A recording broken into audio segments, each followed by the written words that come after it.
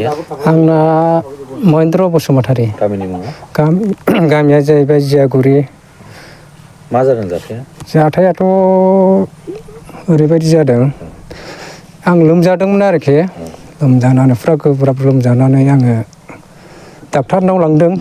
हिन्जावाबो Kokrajhar आरएनडि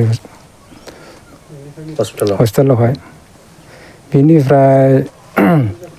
operation जाखांनानै बिदिनो release जाना फैबाय आरोखि रिलिज जाना फैनानै न'आव फैनानै आरो उदैया साबाय थानानै गोबाबाय थानायखाय आरो लांफिनबावदों आरोखि क'क्राझारावनो माबा मेडिकेल कलेजाव हस्पिटालाव लांदों दा बिनिफ्राय बिदिनो साननै सानथाम थाबाय सानबासो थानानै हैबावदों आरोखि 6 दिनसो हस्पिटालावहाय बिनिफ्राय लांफिनबावनानै आरोखि दा बिनिफ्राय थाफाबाय थादों हिन्जावाबो थाफाबाय थानानै गाबोन बायदियाव रिलिज जागोन दिनै बायदियाव खारबाय आरोखि बे मबाइल सुइस अफ खालामनानै दा बे सुइस अफ फैथायै जादों आरोखि बेसे गोबाव जाखो जानायाथ' आङो बेमाराव दंमोन नालाय बिराद उसुगाव रावबो जोथोन खालामग्राबो रावबो गैया जाहैबाय न'खराव हिन्जाव खारनायाथ' 1.5 मासानो जाहैबाय आं औ दा नेदोंमोन आङो फैगौबा दासिमबो गैया फैबाथ' हामगौ नंदोंमोन आं फिसाबो दंमोन 10 बोसोरसो जाबाय बेबो मामासो जाहैबाय थाबाय रोङा खस्थ' जानानै दं नोंनिया दा बहुद खस्थ' जानानै दं मा मुं नोंनि हिन्जावनि मुङा आंनि हिन्जावनि मुङाथ' जाहैबाय भाग्य बसुमतारी होनोमोन दा नों मा खावलायगोन रायजो राजाफोरखौ मा खावलायबावनो बे खावलायगोन रायजो राजाफोरखौथ' खावलायो आङो बे आंनि हिन्जावखौहाय फटकआव होखागोन नालाय दा बेखौहाय नुयोब्ला बयबो खिन्थाहर आंनि मबाइल नाम्बाराव आंनि मबाइल नाम्बारा जाहैबाय 6002054232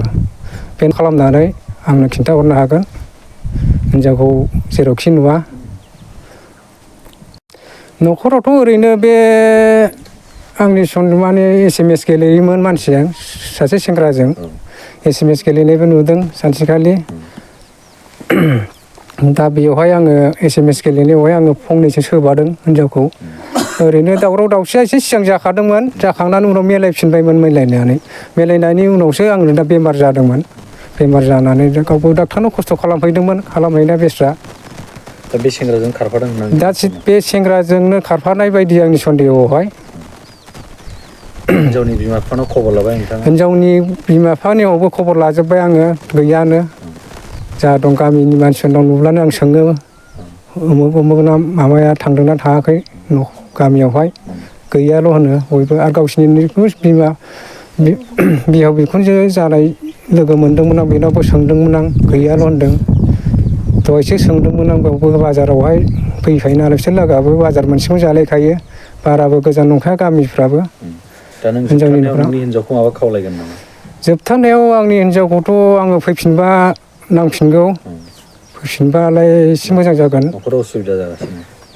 दा न'खराव एसे उसुबिदा जानानै दं रावबो गैयिलाय दा फिसाफोरखौबो नायनानै खस्थ' मोनबाय बियो सानबाय आंबो नुला दा हिन्जावनि बिमा बिफानाव दंहैयो लांनानै बेबा बोरै जाहैखो आं दासिमबो नुनाय जायाखै आरो बेमाराबो नै सानबासोल' मोजां जादों दाबो